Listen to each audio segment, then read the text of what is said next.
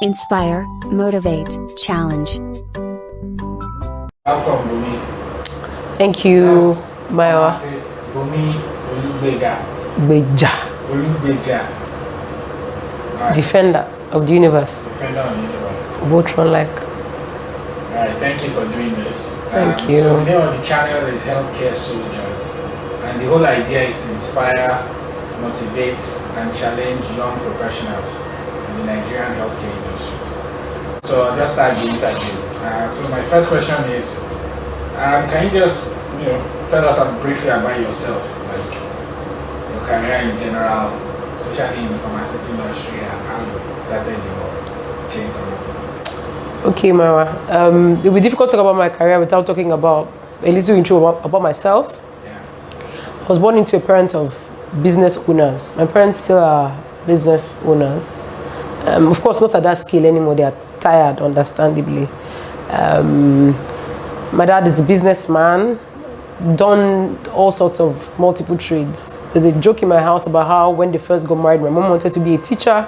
And when she told my dad said, no. So apologies, this is not about people whose parents are teachers, but my dad just thought, do business instead. So that, my dad business, my mom business, and so that formed the first basis of my adventures or my exposure to business, because that meant that the way my house is run, every holiday you are there, and then that break you usually would have in secondary school between when you'd finish your WAEC, right, do a jam, and then you're waiting for admission, even if it's no matter the number of months. You're usually supposed to be in my mom's shop and you're a sales manager, so you'll be involved with all of the business at that level. So that was my first exposure to business. Yeah, so fast forward, pharmacy school, after pharmacy, a bit of business in between pharmacy school here and there. But then after pharmacy school, after NYC, I wanted to be a rep. So I knew that I wanted to be a rep because I used to like to talk. I guess I still do. So I wanted a profession. I wanted to be global, so to speak. I wanted a work experience that would expose me to multi and diverse people and persons and global practice and all of that. So I knew what I wanted. I knew I wanted to be a rep, and I wanted a multinational. When immediately I finished, I was privileged. I served in JOS.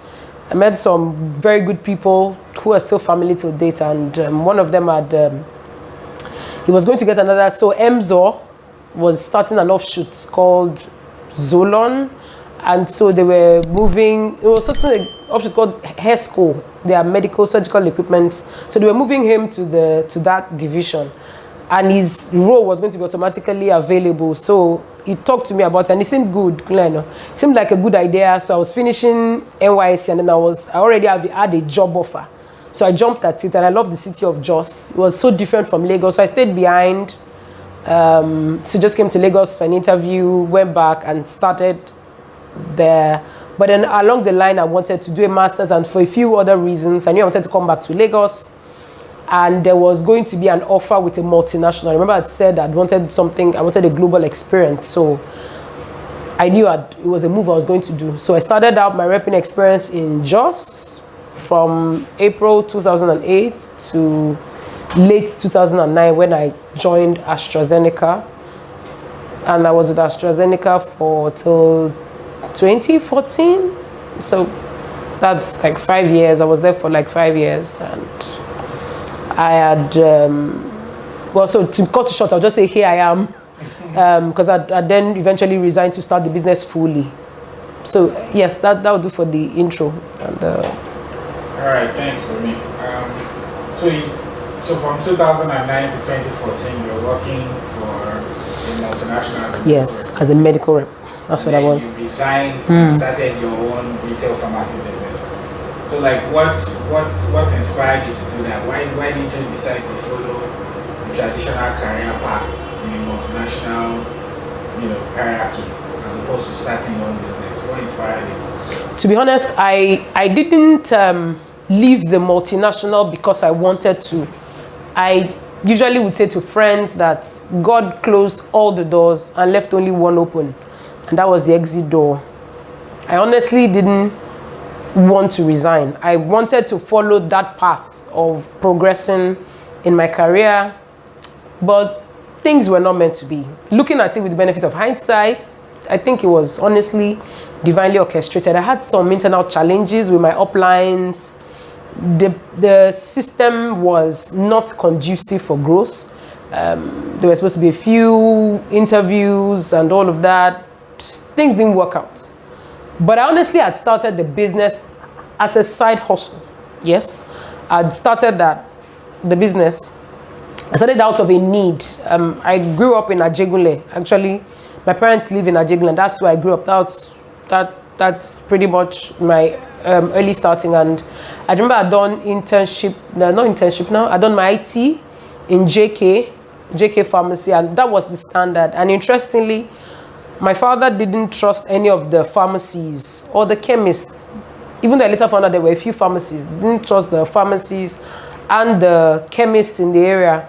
In fact, growing up, if anybody is sick, even if it's a headache, if it's so big that my father, we can't help you, we're going to the hospital. So we didn't understand how that, we didn't see those people as stopgap people that we could trust. So my dad actually used to go all the way, if we ever had to buy medications, to go to JK to buy medications. So I grew up wanting to, and when I started pharmacy school, I grew up wanting to set a standard retail pharmacy in the Ajegunle area. So I started the pharmacy as a side business. I figured maybe that was one of the reasons why I had the organizational challenges as well, especially when shortly after that the multinational AstraZeneca had asked that we do a conflict of interest form. I remember that the training where they spoke about the conflict of interest, me running a retail pharmacy was clearly indicated as a conflict of interest. So I knew I had to resign, and from that day on, I think I did spend 6 more months. So the conflict of interest, for me, my conscience is very important, and being on the right side of the law. So that, coupled with the fact that I'd mentioned earlier that I was having a bit of dissatisfaction in the organization, then I was beginning to also get tired. You know, if you've ever done a repping job, there's a place where you get to and everything begins to plateau. You have the relationships, everything is going. The others are fine. No, you are still doing well. You are getting the job done, but it's not.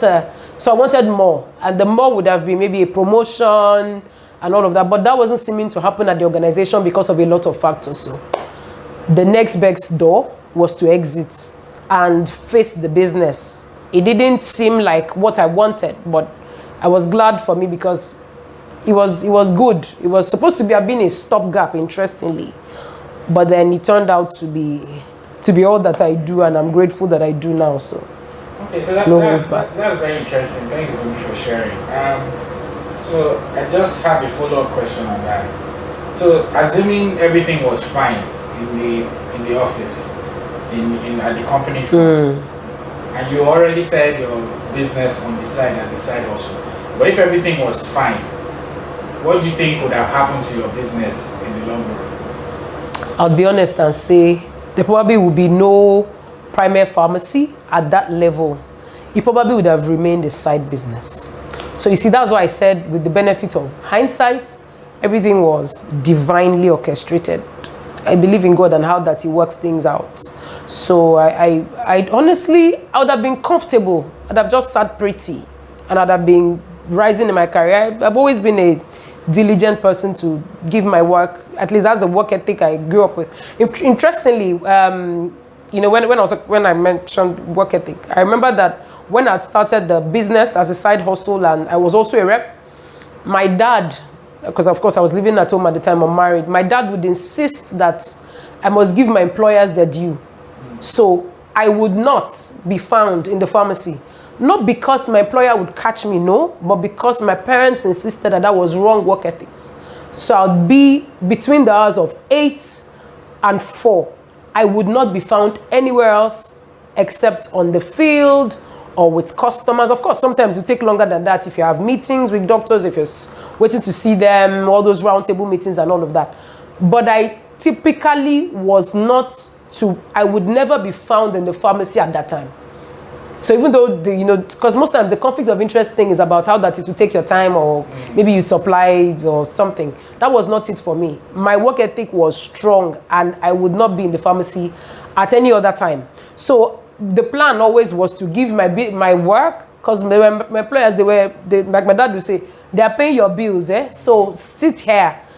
I would spend that in the morning, and then I would spend my evenings, typically because of traffic and all of that. I would spend my evenings at the pharmacy. That was what I was doing. So truth is, maybe the business would not be where it is today, if everything had gone on well. So you see, there's always a reason to be grateful. Sometimes you never know what the big boss, what God is working around behind the scenes. So yeah. So another follow-up question. I presume business was, at least fairly good at the time while you were still working. So, but since you're not able to be there, throughout the day, how did you manage that? Who was managing it for you while you were not there? Okay, so for me, I'd always remember I told you that from the word go, I had told myself the plan was to start a standard retail pharmacy. So from the word go, I had taken the difficult route of employing pharmacists. So I always had a pharmacist there in the morning. Of course, I probably be able to pay. There was a pharmacist that I could pay for. So I typically would use maybe people in between, maybe people who either a copper who had an arrangement in his place of primary assignments, maybe people fresh from school. Those are the kind of people I had. But I typically actually had 2 pharmacists. So I was just a supporting pharmacist in the evening, especially because, remember I said I wanted to give my employers my all. And so I didn't want one pharmacy closing at 4 o'clock and then there's a stopgap, there's no pharmacist. That was not what I wanted. So there was always a pharmacist. So I'd started from the word go having a standard. I wanted a pharmacy that was running right. And of course, looking at all of it now, I think those are one of the things, at least for that store, that helped to endear me to the hearts of people. So how I worked around that was having people. And of course, with my extra hours, I'll then put in the rest. Maybe if I then finish from work, I'll then maybe go to a wholesaler's, buy, and all of those multi things that you do as the business owner. But I started out running it as a standard, and that was working. Remember I told you that in the area, to be honest with my colleagues, who were running pharmacies in the area at that time, the financial capacity of people wasn't a lot. So they had struggles. A lot of times they would leave their store, go procure, go do all of that. But I had thought to do that differently. And that actually obviously paid out, because when people know that they would find a pharmacist, we're also blessed. The location was also close to a hospital. So people are leaving the hospital with a prescription. They're coming, the pharmacist is explaining how to use the medications. They know that they're seeing a professional. So that of course worked in our favor, and the rest, like they say, history. All right, fantastic.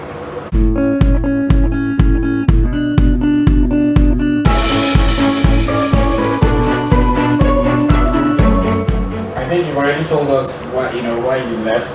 So I just wanted to ask, you said a few things already. You've talked about, differentiating yourself from other pharmacists and chemists by setting your pharmacy to a certain standard, and you're inspired by, maybe working in JK in the past or things like that.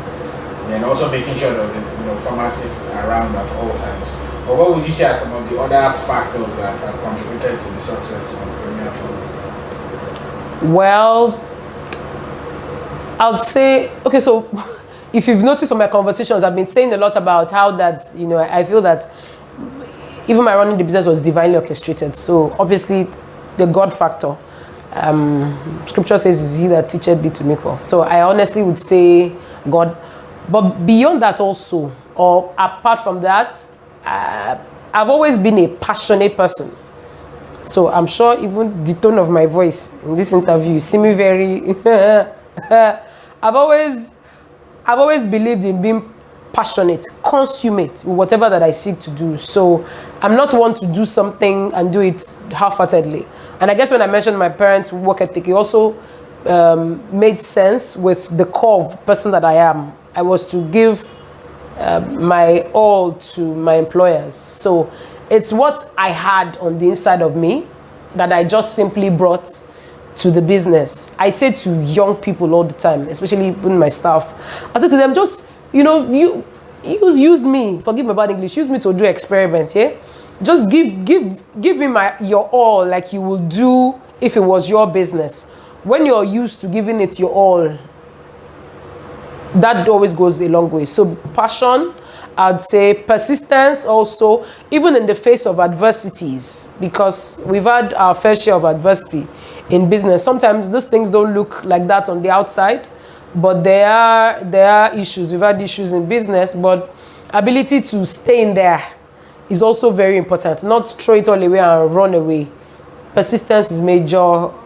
Being passionate about what I've always been like that. Even for my days in internship, I was, do I say, forgotten.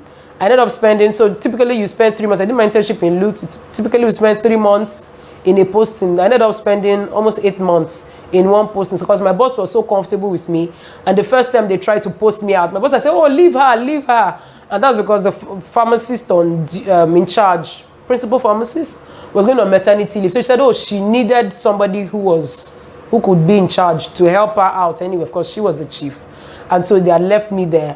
And so by the time it was the third posting, the person doing the rotations didn't even remember. So she just woke up in the morning and said, how long have you been here? Our internship has almost finished. Come and be going. And then she called them to post me out. So passion, giving it your all is very important. Even though it was a side business. And for me, it was side business in my head because it didn't have all of my time. But in the running, I'm sure that what I was putting into that business, honestly, was more than what some people who were sitting in their businesses full time was putting into it. I would go all out, the list, what we have, the running, administrative, all of that was I gave it my all. So, passion. All right, thanks. Just another question. Because I've always heard that it's very difficult to run, especially retail pharmacy business, if you have a full-time job. And I've heard recommendations of probably it's better to have like a partner, somebody who will be there full-time and so on. While you are you manage the job that you're doing whilst also participating in business. So I don't know, can you talk around that? Like, you obviously seem to be able to do it without a partner, but do you think that would have been a better route at the beginning?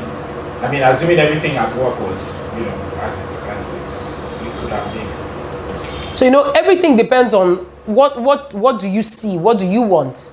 I know people who've run partnerships done well. I also know a lot who've done partnerships who haven't done well. I maybe a study that somebody wants, maybe some viewer may want to do. What's the challenge with partnership? A lot of partnerships in the Nigerian sphere, not just retail pharmacy, haven't exactly done well. The fashion, the interior, I don't know. That may be up to. But so it depends on how big that you want it to be. I didn't even see a need for a partner. Like I said, even if I didn't resign at that time. Remember I said I had pharmacists who were working with me. So you just had to, if that's what you do, it's fine, that would work. You just tell them what to do. So your ability to delegate well was actually major. So you're the pharmacist in the morning, yet it's your job function to do this. You're in charge of this healthcare assistant. In fact, I would say there've been a few times we actually shut the door of the pharmacy because there was no pharmacist on ground. But if you then would be able to delegate what you want the pharmacist to do, I think that's fine. Unless maybe for reasons of capital and other things, maybe to make the work, I don't know. But I didn't think I needed a partner. Until now, I don't think so anybody necessarily needs. If you're able to delegate and then you're able to make time to do the other things that you typically will need to. So for a small business, what are things you need basically? Okay, so for that, at that level of running a retail, that's why I said it's what you want that is very important. The level of growth you anticipate. But for a one store, I don't think that you need a partner. In fact, if anything, you then want to pay the bills of both of you from the business. You'd give the business a headache. That's a struggle. More bills to pay. So I don't think that you need that. I was also privileged. Remember I said I was working, so I wasn't dependent on the business. So that was good for me financially. So the money maybe I should have taken out, if anything, I was even rather to use that to pay the people that I had. Yeah. All right. Okay. So what year did you start Primeah Pharmacy? So Primeah Pharmacy was incorporated in 2012, but we started 2013. That's March. Am I getting my data right? No, I'm not. We incorporated in 2011. Yes, and we started 2012. So it was 2012. And I resigned in. Okay, so I was there for like 2 years. Yes, I resigned March 2014. The conflict of interest form was the conflict of interest was discussed at the January circle meeting. I can't forget in South Africa. So for me, that was just that. Okay, oh yeah, come and be going. Okay, so you said in, let's say 2013, so roughly about 7. No, 2012 actually. Okay, Started 2012. March 2012, yes. Okay, so roughly About 8 years old now. 8 years now. So you started with one branch in Ajegunle. Yes. You opened the second one where we are now. No, interestingly, no. We had a failed store. Oh, really? So that's why I said every business has had its own fair share. Well, we have had our fair share. We had a failed store. We opened a store in VI that didn't work. Okay. And then this store. So this store, well, this is a new location. Our first location, we moved there 2018. Yes, and here we are. We started that new store April 16th of April 2018. That's the first Ikoyi store. But we moved to this bigger space in August 2019 actually. Yeah. And now you have a third one in Shankotedo. Yes, we have a third store in Shankotedo, yes. Okay, Started this December. So That's like 1 week old now. 1 week old, okay. So maybe in the next 3, 4, 5 years, what's the objective? Do you want to have 10, 20? I honestly, I know I'm not sounding serious right now because people say always have a big dream, have a big vision, but sometimes I've learned to watch things, honestly. I'm at this stage where the next year plan is just to consolidate at 4 and then improve on the processes and watch that, and then we can then go ahead to replicate. So the next 1 year plan is just one more store. So at 4, work on a little more. So you see the difference between a 1 store from 1 to 2, now 3, now 4. It has its own fair share of challenges. So you also need to be able to consolidate on that, work on that, see the loopholes, the issues, and then do the next big thing.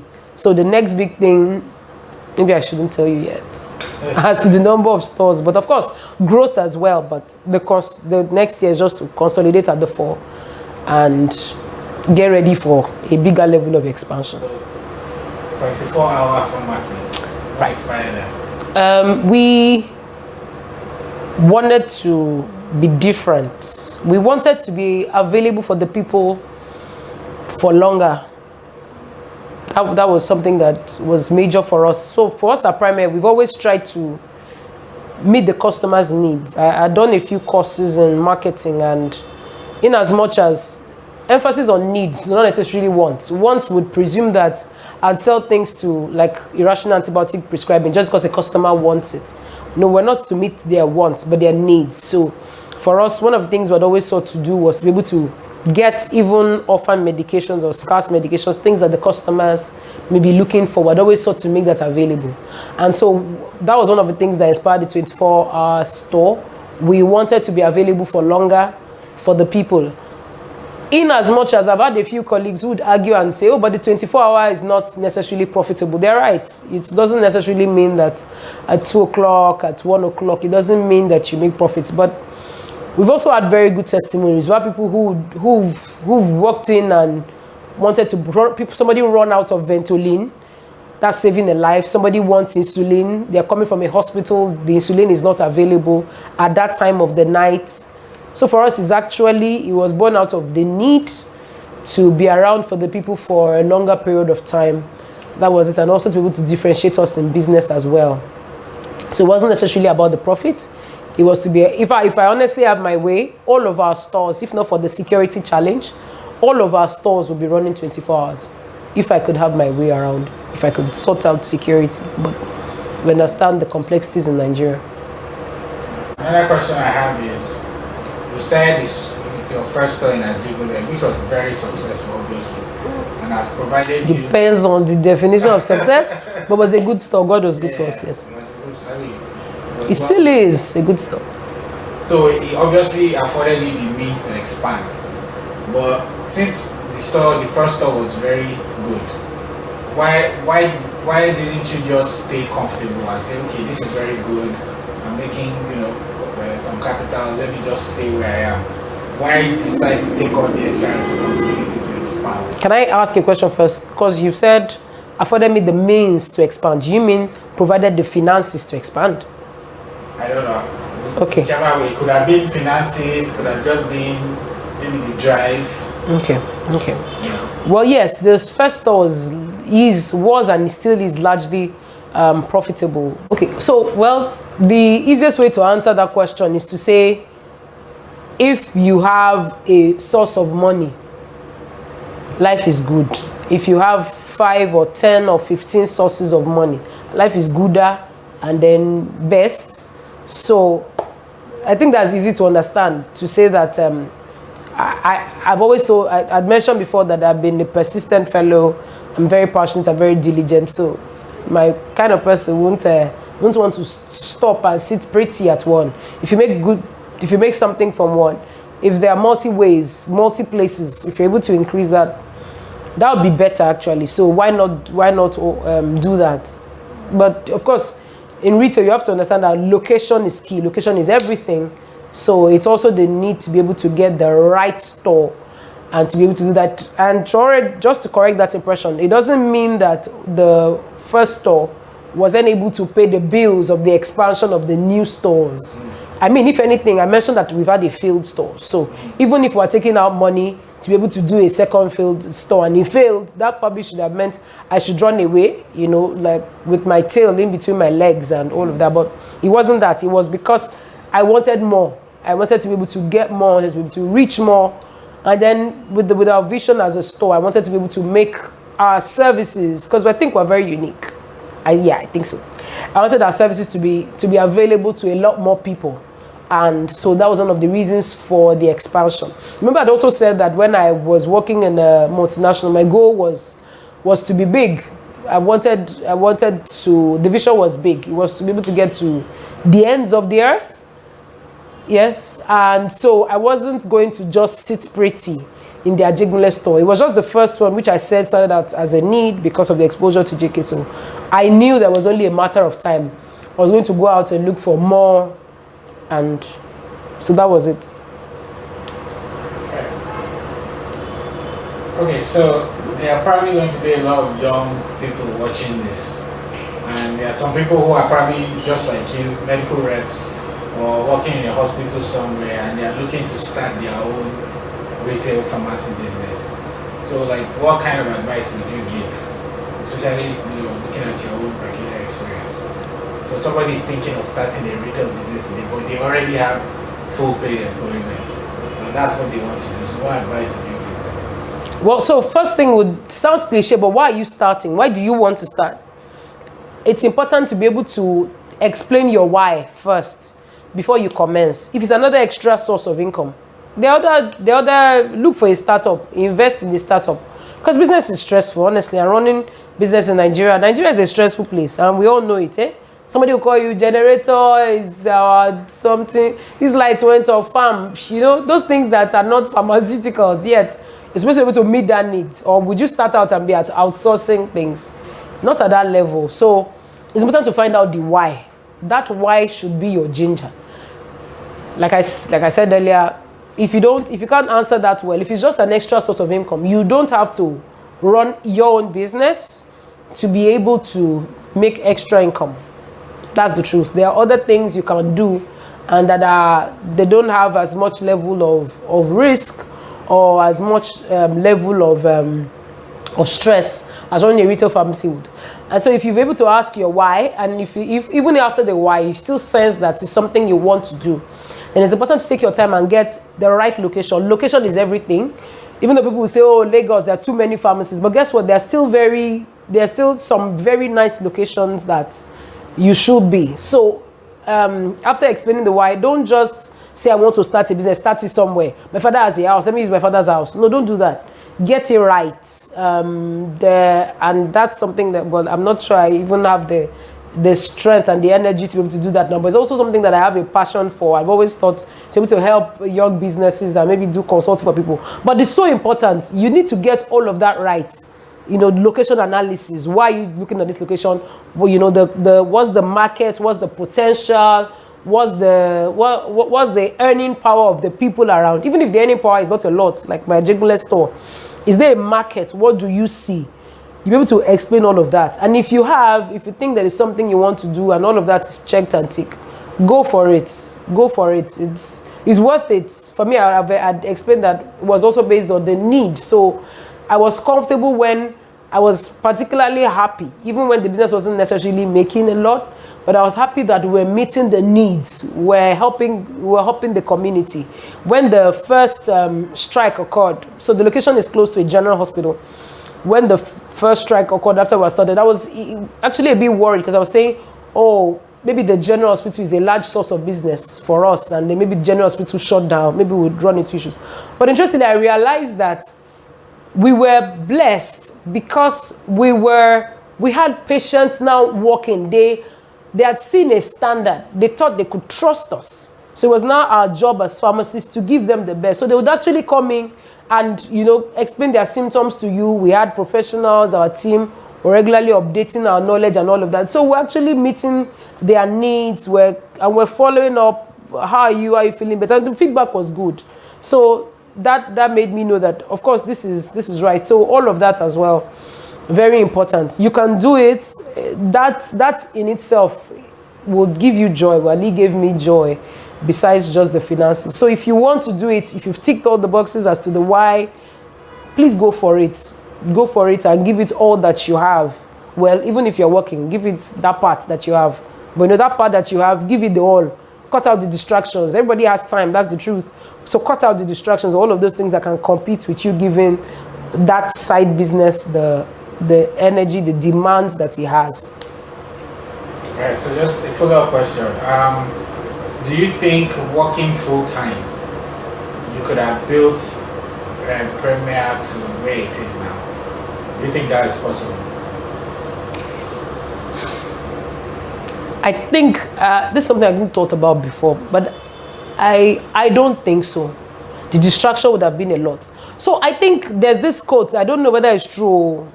There's credited to Warren Buffett that says you shouldn't to test the waters, don't put both feet in water. And I think it makes sense, right? Even for people who go to the beach, you first put one leg in.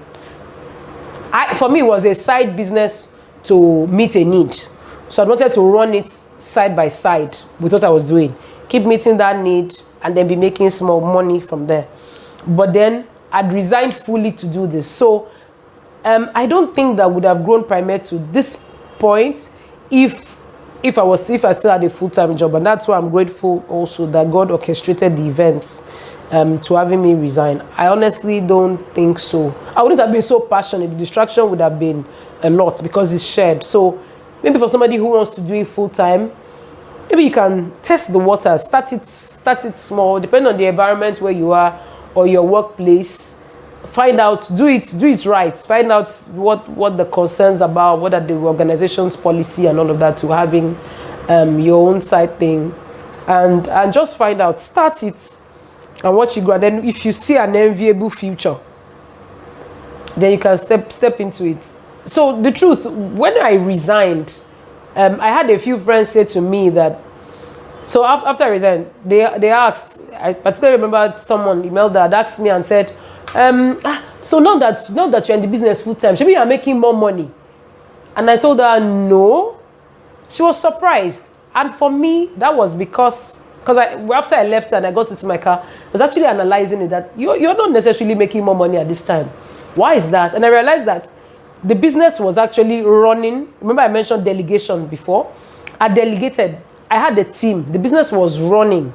And thankfully for me, because of the controls and all of that, it wasn't like people were pilfering. So some people will say, oh, maybe if your people are pilfering, once you resign, the person pilfering would resign, or they will not be able to pilfer again, so you now make more money. That wasn't the case for me. The business was at the same level, but it was now, the onus was now on me as the business owner to come in and work on the business. So I wasn't resigning to now come and be pharmacist on duty. Interestingly, I don't think there's ever, maybe the early days when the copper wasn't around, there was never a time when I was resigning to come and work in the business.